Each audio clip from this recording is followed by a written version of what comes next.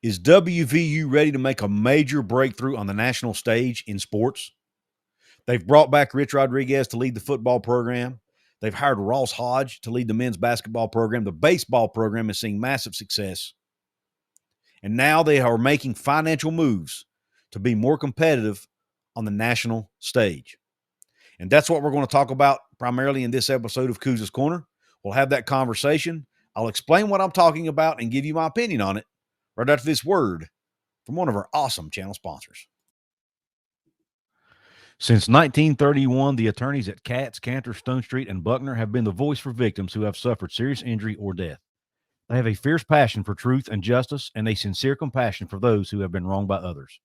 Whether you have been in a car accident or fighting with an insurance company, or you or a loved one has suffered serious injury or death due to medical negligence, we will ensure your voice is heard loud and clear. Katz, Cantor, Stone Street, and Buckner will ensure there is justice for all West Virginians because we are your lawyer, your voice. Visit us at yourlawyeryourvoice.com. What is up? Welcome to Couz's Corner, the home of top shelf college sports news and analysis around the West Virginia Mountaineers. West Virginia is going to be making a breakthrough on the national stage. At least I think they will, based on what I have read over the weekend and the financial moves they are making. They've already brought back Rich Rodriguez, and he has been getting more financial support than Neil Brown did, which should help. I mean, heck, he was able to go out and hire Zach Alley as defensive coordinator and pay him $1.5 million a year. He's got the largest coaching staff in the history of WVU football. They went out and got Ross Hodge to replace Darren DeVries, who left for Indiana. We've seen West Virginia's NIL in basketball be pretty good in the last few years. Surprisingly good, actually, in some cases. Have been able to go out and get some really good talent. Now they're making moves with the passing of the House revenue, the House settlement, and schools now starting to share revenue with the student athletes. We're seeing West Virginia make even more moves that will help them compete on the national stage from a financial perspective. And I think these moves should help the Mountaineers compete.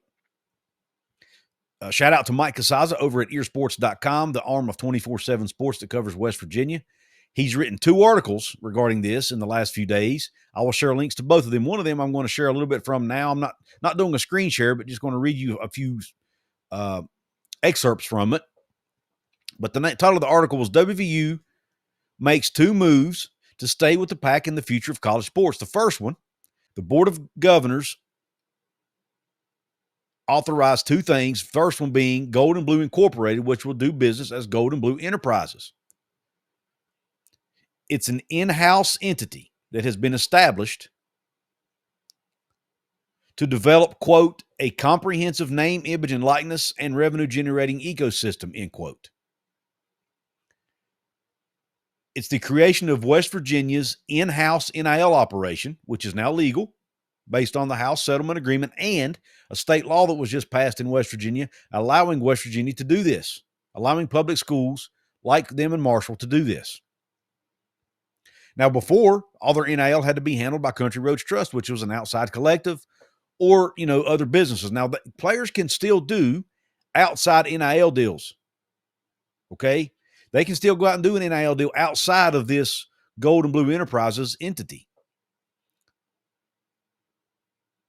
And if they do that, it will not count against the $20.5 million salary cap that West Virginia can pay their student athletes. But anything that West Virginia pays a student athlete from Gold and Blue Enterprises will count towards that cap. So they have $20.5 million. If they have to pay a quarterback $1 million,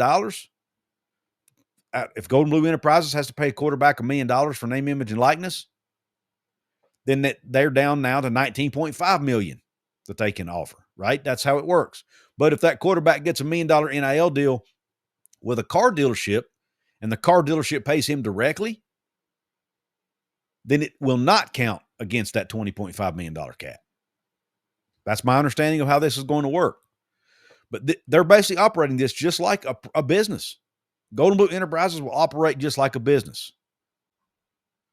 They will be able to compensate or authorize West Virginia University to compensate and set up a comprehensive NIL support system offer a full suite of services, including education, compliance guidance, compensation, and personalized brand development to compensate and empower student athletes in maximizing their NIL opportunities. It will allow the university, the athletic department, to basically do strategic partnerships with the student athletes. They will be able to collaborate with leading marketing and advertising agencies to connect student athletes with corporate partners, as well as facilitate meaningful endorsement opportunities and brand alignment. So not only is it a strategic partnership between the player and the university, it's a strategic partnership between Gold and Blue Enterprises and or the university and or the athletic department with these corporate partners. And then finally, it's an innovative business structure that will operate with a private sector approach, integrating sales, media, marketing, and business operations to drive revenue and support the long-term sustainability of WVU athletics. Now, some of that was quotes, direct quotes from this article by Mike Couz. Again, I'll leave links to the entire article in the description box. Now, the second thing that the Board of Governors approved that will help West Virginia down the road is a $125 administrative charge per semester for every student who attends West Virginia's campus in Morgantown. So it's $250 a year each student will have to pay in addition to their normal tuition and fees. I know it doesn't sound good for any student who doesn't care about sports, but it's a necessity in today's landscape because these schools, these Power 4 schools, have to figure out, or actually not even just a Power 4, but any school who opts into revenue sharing, which West Virginia has, they have to figure out a way to come up with $20.5 million a year.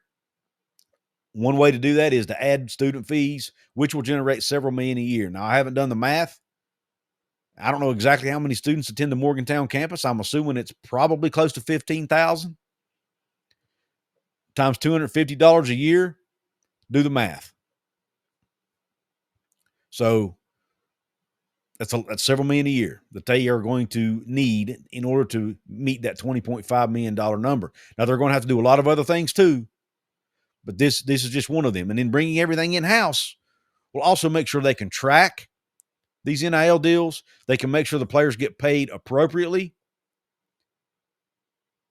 And who's going to know how to market the athlete better than the coach, than the university themselves, the program themselves, the athletic department themselves, right? Maybe they can use it as a recruiting tool. Hey, we're handling everything in-house right here.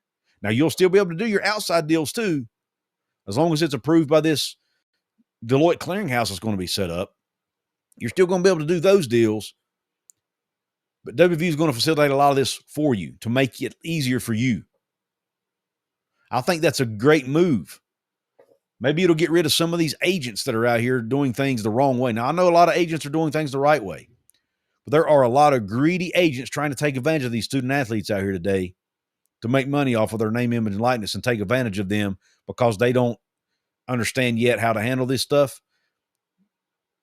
It should help rein some of that in by the schools handling this themselves and setting up this, in West Virginia's case, setting up this Gold and Blue Enterprises. It should help. Now, there's a second piece to this, though, that I think is even more intriguing and a little bit more granular, and it involves contracts, student-athlete contracts for these deals. So when West Virginia signs a player, they can sign a NIL contract or revenue-sharing contract with that player. For example, if they sign a player, they can sign say they sign a player for a 2-year contract. They pay him $100,000 January the 1st of 26 and another $100,000 January 1st of 27. The $100,000 goes towards that $20.5 million cap in 26, and what they pay him on January 1st of 27 counts against the 2027 academic year. So it goes towards that. Whatever year the payment's made is the year it will count against. It will count against the cap. As part of that $20.5 million that they have to pay. But what schools can also do, schools can also add buyouts to these contracts. So, for example, if a student athlete signs a 2-year deal with a school, and they leave after the first year, and they have a buyout attached to their contract, the school they transfer to will be on the hook for that buyout. For example, let's just say West Virginia goes out and signs a quarterback, or it don't have to be a quarterback, any player for the 2026 season. They get him out of the transfer portal, right? They sign him for 2 years, 2026, 2027. And they offered him a $200,000 deal. He gets his $100,000 in 20, and they also add in a $100,000 buyout in addition to that, right? They pay him his he plays 1 year for the Mountaineers. They pay him his $100,000 for 2026. Well, he decides after the 2026 season, he's going to transfer somewhere else. So he goes to another school. The school who takes him out of the portal will have to pay West Virginia that $100,000 buyout. What and even better is the money that they had allocated to pay that player for 2027 as part of that contract. West Virginia basically gets to take that money and reallocate it for that 2027 year because they didn't have to pay it out. Because if you don't pay the money out, then it doesn't count against your cap. They get to keep it and put it towards a new player. So hopefully, fingers crossed, what this should do, at least in theory, and I'll explain why that in a minute, is hopefully it will put some guardrails and some common sense around all these players transferring. And should maybe all this transfer portal chaos and madness will slow down a little bit, and you'll have less players hitting the portal. Maybe players will take longer to make some of these decisions, think things through a little more. Make sure you're a fit at a school before you sign or before you transfer. Because if you do, the school that takes you is on the hook for your money. And also it'll make schools hopefully less likely to take a player. If a school's going to have to be on the hook for your buyout, they're going to have to make sure you're a fit for their program. Now it's going to be the schools on the hook for the money. So the schools are going to be the athletic departments, the teams, the coaches are going to be a lot more careful on what players they take and how much money they pay them. Here's the caveat, though, and why I said it's in theory is because will this hold up in court? That's the big question.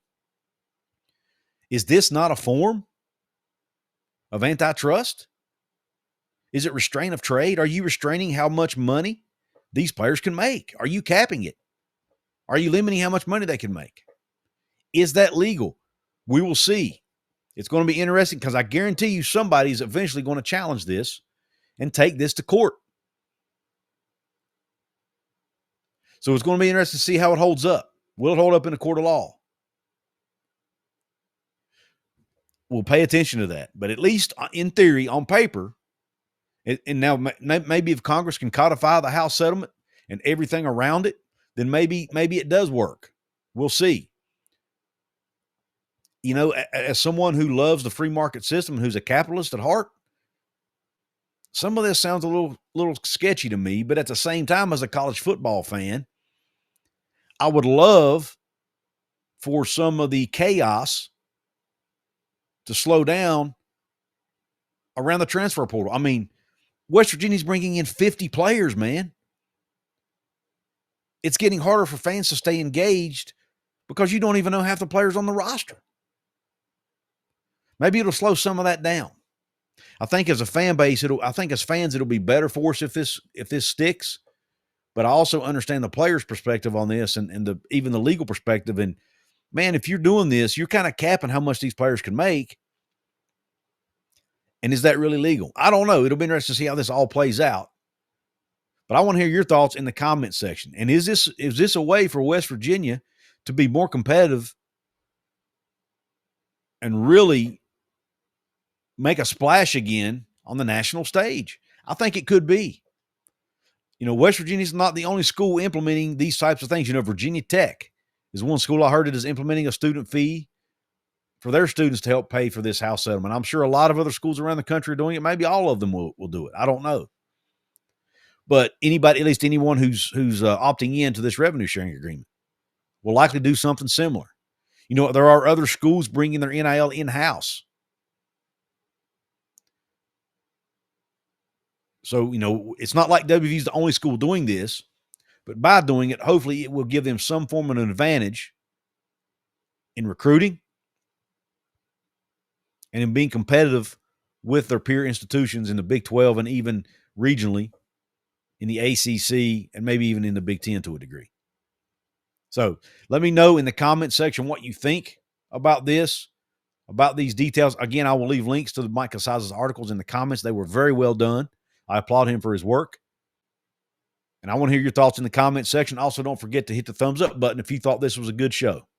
It would really help the YouTube algorithm, help me get this pumped out to more people. I want to give a quick shout out to my paid VIP members of this episode.